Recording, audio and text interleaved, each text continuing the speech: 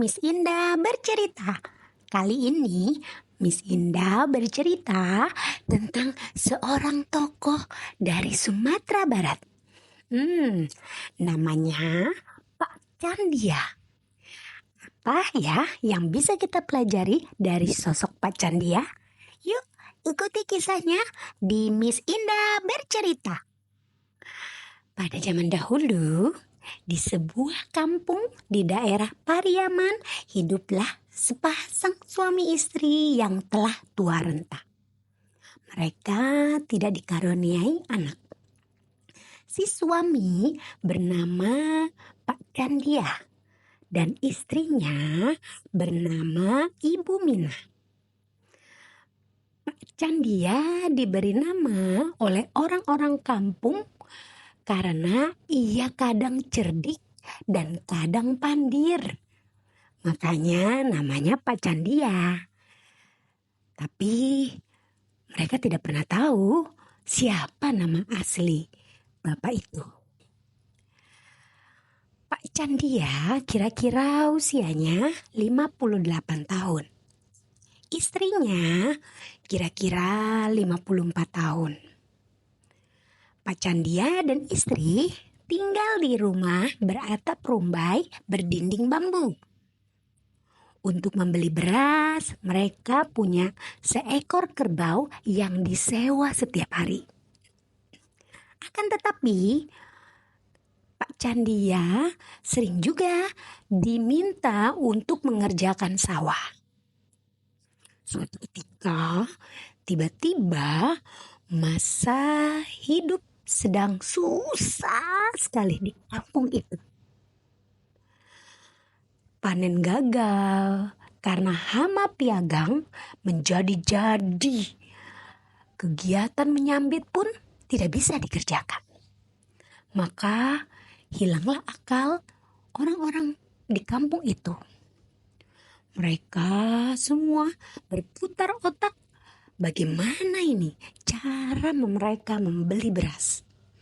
Bagaimana nih cara menyambung hidup dalam keadaan sulit seperti ini? Begitu juga dengan Pak Candia dan istri ya. Setelah menimbang dan tidak ada lagi jalan keluar, maka mereka sepakat untuk menjual kerbau ke balai pada hari Sabtu. Ketika berunding dengan istrinya, lewatlah di samping rumah Pak Candia, temannya bernama Pak Samsu. Pak Samsu pun mendengar rundingan itu. Dengan pemikirannya yang culas dan tamak, Pak Samsu berencana menipu Pak Candia. Ia mengajak dua orang temannya untuk ikut dalam perundingan nanti hari Sabtu. Maka malam itu di rumah Pak Samsu, ketiga orang itu pun menyusun rencana. Pak Candia akan ke pasar esok. Mari kita cegat dia, kata Pak Samsu. Lalu apa yang akan kita lakukan setelah itu? Tanya temannya yang pertama, karena dia kurang ngerti. Jadi seperti ini. Samsu membetulkan permasalahan itu. Diambillah pena di atas meja. Esok, jarak 400 meter dari rumah Pak Candia, engkau pura-pura bertanya padanya. Saat kalian sedang bercengkrama dengan Pak Candia, maka ternak akan kami bawa perlahan-lahan. Bah, gila kamu. Sejelas itu kerbau yang kamu jual. Mana ada sapi sebesar itu? Kata teman Pak Samsu yang kedua. Karena itu kita cegat ia bertiga. Setelah mereka bertiga mengatakan ternak yang mereka akan bawa yaitu sapi, maka semua bersiap-siap. Tibalah hari Sabtu pagi.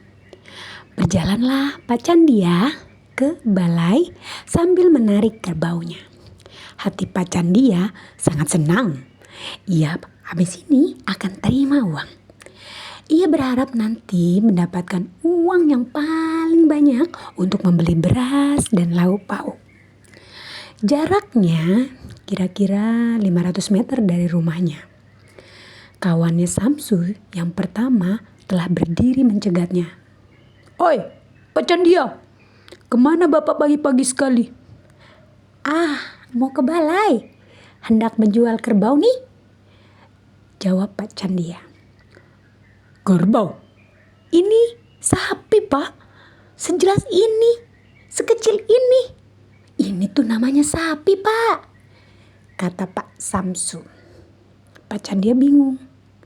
Sebesar itu kerbau yang ia bawa. Semua orang mengatakan ini adalah sapi. Sapi atau kerbau ya? Dalam hati Pak Candia. Sesampai di balai, Pak Candia ditanya, mau jual apa, Pak? Saya mau jual. Sambil berpikir keras, Pak Candia mulai ragu. Yang ia bawa sapi atau kerbau ya? Tiba-tiba Pak Samsul datang. Ini tuh sapi, Pak. Ini tuh sapi.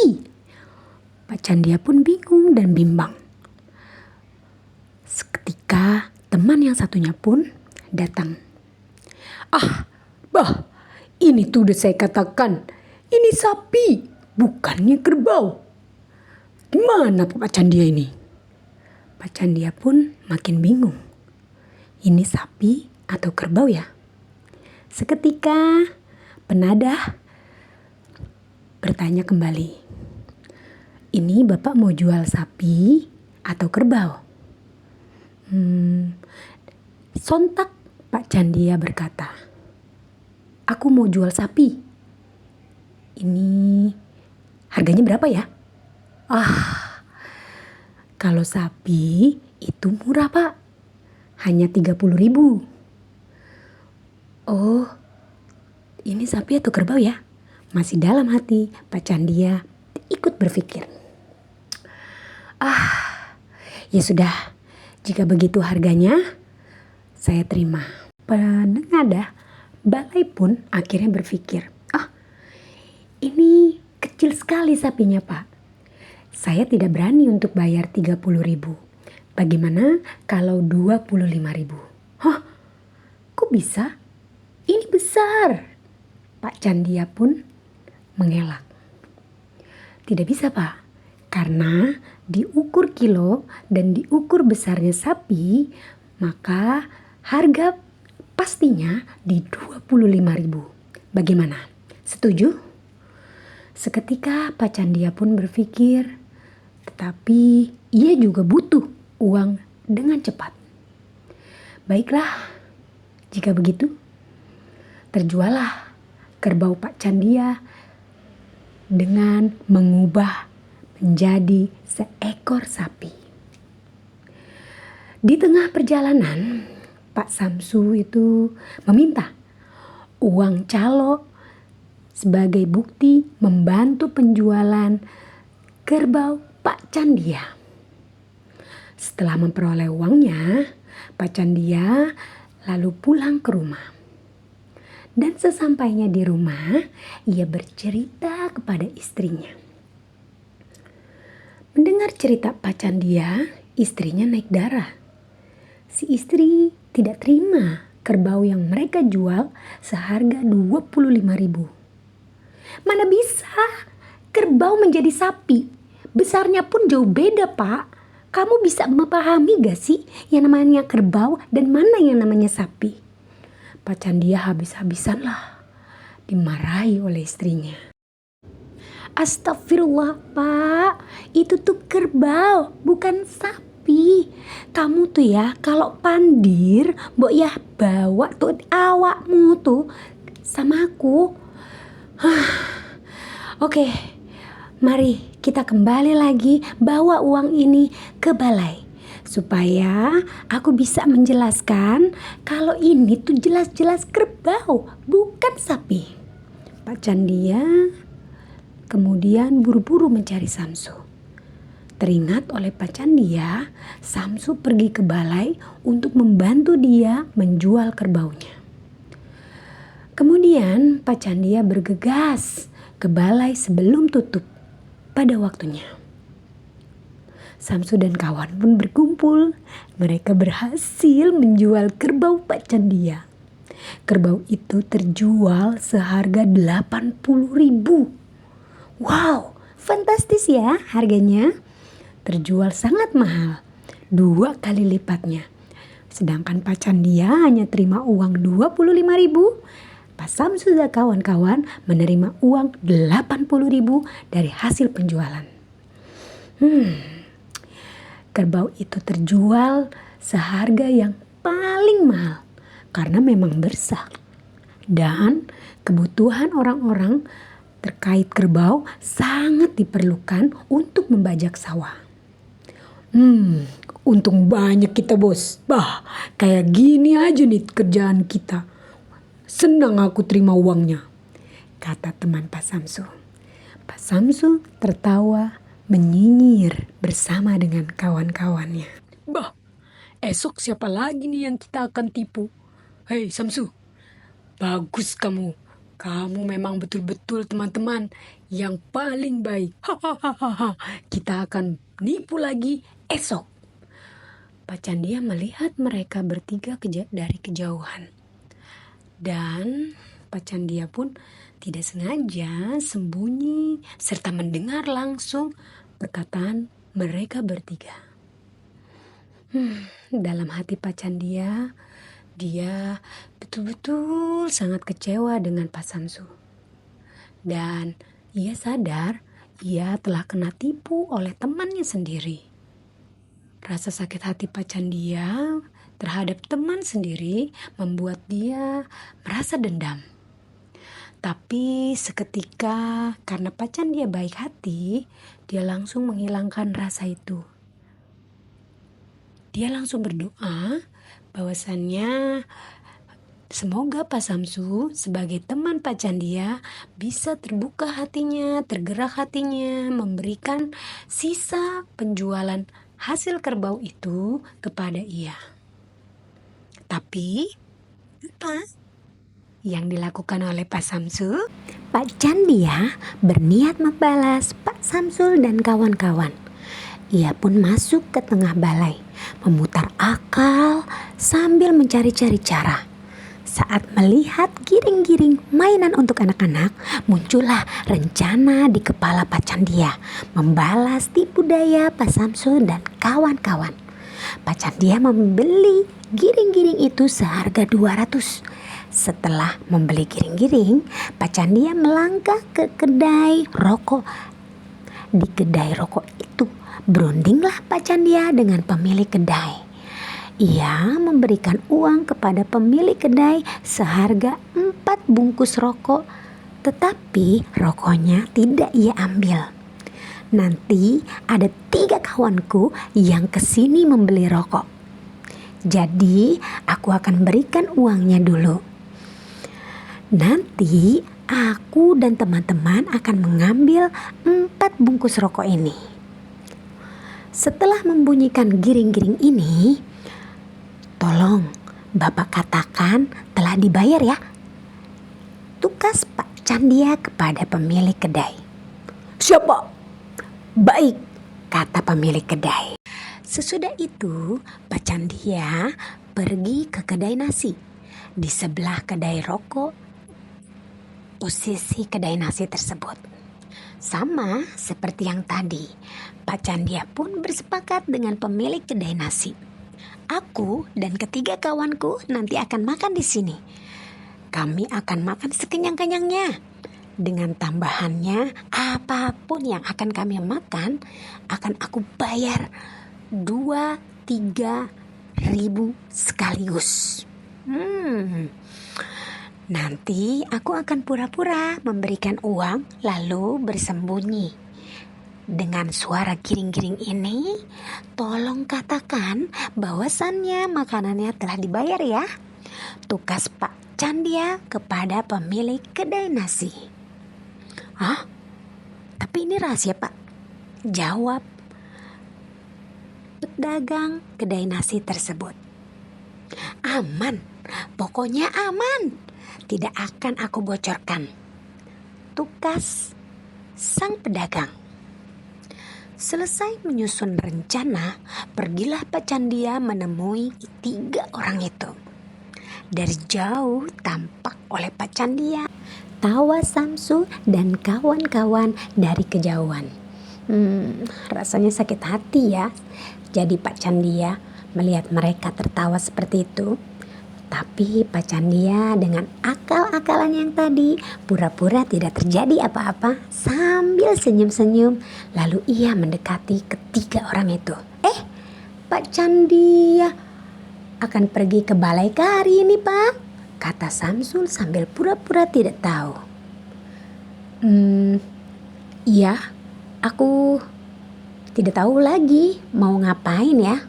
Sapi telah kujual. Tentu saja aku akan pergi berbelanja, kata Pak Candia menjawab dengan senyum. Telah terjual sapi engkau tadi. Mana sapi itu kok tidak kelihatan? Lanjut Pak Candia pura-pura bertanya. Oh, sudah Pak, sudah laku.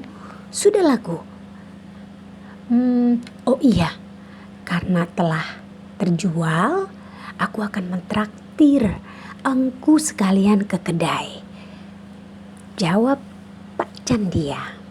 Samsu dan kawan-kawan paling suka loh ditraktir karena sifat tamaknya langsung mengiyakan ajakan tersebut.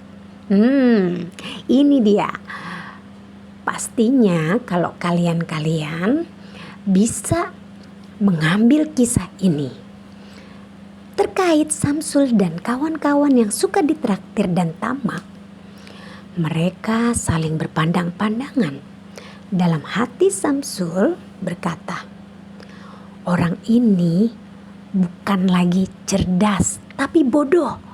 Buktinya kerbau sudah dijual menjadi sapi. Kemudian kita masih ditraktir pula.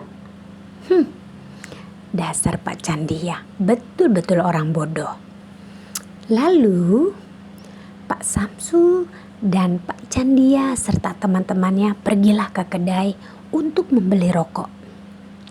Mereka menuju kedai rokok tempat Pak Candia berunding tadi. Samsu langsung meminta kepada orang kedai. Udah, awak minta rokok sebungkus. Baik Pak, mau rokok juga? Tanya pemilik kedai pada kawannya Samsu. Ya, kami juga mau.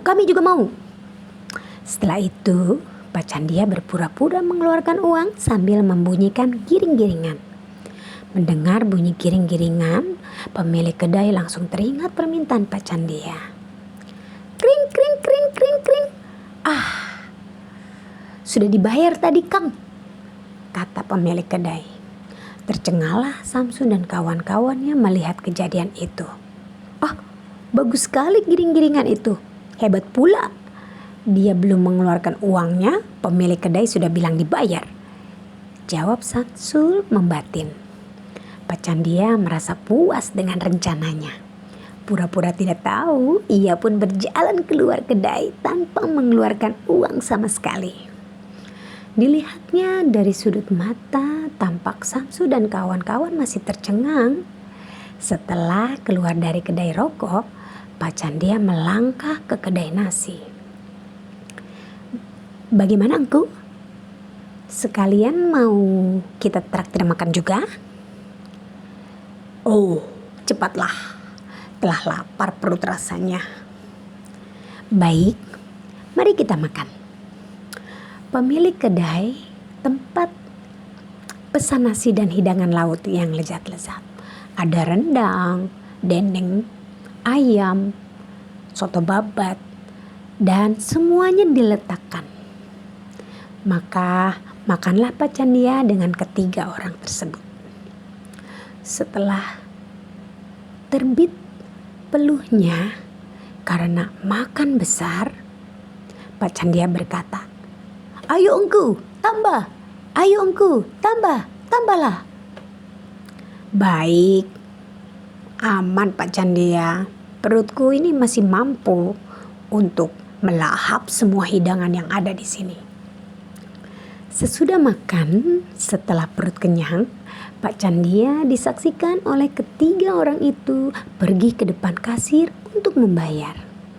Dikeluarkanlah giring-giringan dan lalu ia membunyikan di depan Samsul dan kawan-kawan. Kring, kring, kring. Ah, sudah dibayar tadi Pak. Terima kasih banyak ya Pak, kata pemilik kedai nasi. Melihat kejadian berulang kali, berbisiklah Samsul dengan teman-temannya. Lain benar tampaknya nih. Bagaimana kalau giring-giringan Pak Canda itu kita tawar pula, kita beli. Siapa tahu kalau kita pakai giring-giringan ini kita bisa gratis semuanya. Itu pikiran licik Samsul dan kawan-kawannya. Ah, benar tuh udah. Hebat sekali alat giring-giringan ini. Ayo, kita beli saja alat giring-giringan ini dari Pak Candia. Apapun yang kita mau, pasti kita bisa bayar secara kita punya uang. Ketiga orang itu pun sepakat untuk membeli giring-giringan Pak Candia. Hei, Pak Candia, berapa kami bisa beli alat giring-giringan seperti kamu? Sepertinya alat ini hebat betul. Terbukti dari 2 kedai yang sudah kita singgahi, kita selalu diberikan gratis setelah kamu membunyikan alat giring-giring itu. Pak Candia menjawab, ini tidak saya jual engku. Ini pusaka nenek moyang. Mohon maaf ya, tidak akan saya jual. Amanat datuk pun tidak boleh dijual. Karena kalau dijual, nanti saya tidak bisa menjadi orang kaya raya. Tukas Pak Candia. Setelah itu, Pak Candia dibujuk oleh Samsul dan kawan-kawannya untuk menjual alat giring-giringan tersebut. Kami sangat memerlukan engkau alat giring-giringan itu. Tolonglah Pak Candia yang baik hati. Berapa kamu bisa menjual alat giring-giringan ini? Aduh, bagaimana ya? Tukas Pak Candia. Saya belum bisa berani jual. Samsul dan kawan-kawannya terus membujuk Pak Candia. Sebagai alat bujuknya, dia langsung mengeluarkan uang 140.000. Ini sudah mahal Pak Candia. Kita tawar harga ini di angka 140.000. Pak Samsu dan teman-temannya pun berunding.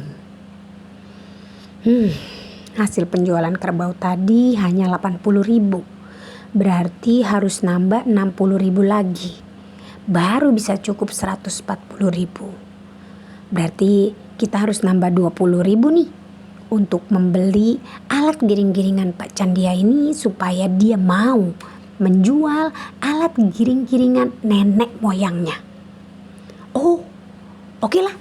Jika begitu, aku keluarkan 20.000ku, kata teman Pak Samsul. Dan Pak Samsul pun tidak lama lagi mengeluarkan uang 20.000 rupiah juga. Terkumpullah sudah uang 140.000 itu. Lalu ia memberikan uang 140.000 kepada Pak Candia. Pak Candia, ini uang untuk membeli alat giring-giringan nenek moyangmu itu. Pak Candia langsung tersenyum dan merasa senang. Rasakan, kalian telah menipuku. Kalian pikir kamu bisa menipuku dengan mudahnya? Dalam hati Pak Candia, ia tertawa terbahak-bahak. Lalu Pak Samsul dan teman-temannya pergi ke kedai nasi untuk makan-makan lagi. Nah, setelah mereka makan-makan habis sampai kenyang, mereka langsung membunyikan giring-giringan yang sudah mereka beli dari Pak Candia. Berharap dengan mereka menyembunyikan giring-giringan tersebut, mereka akan gratis makan lagi. Ternyata giring-giringan itu hanya akal-akalan Pak Candia. Dan mereka tidak lagi sanggup membayar karena uang mereka sudah habis. Jadi Pak Candialah yang menang untuk kali ini.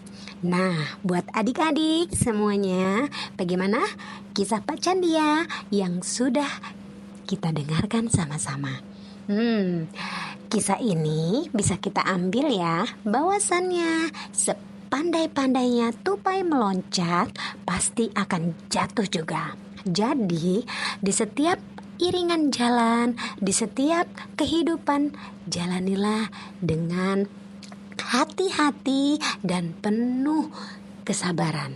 Serta tidak lupa Miss Indah sampaikan, kita dimulai hidup jujur dan mau berusaha lebih untuk hal yang kita inginkan. Dengan begitu, kita tidak jadi tamak, tidak menjadi penipu untuk orang lain, ataupun kita tidak lagi merugikan orang lain. Nah, itu aja legenda kisah kali ini. Sampai jumpa, bye, dalam kisah Miss Indah bercerita selanjutnya.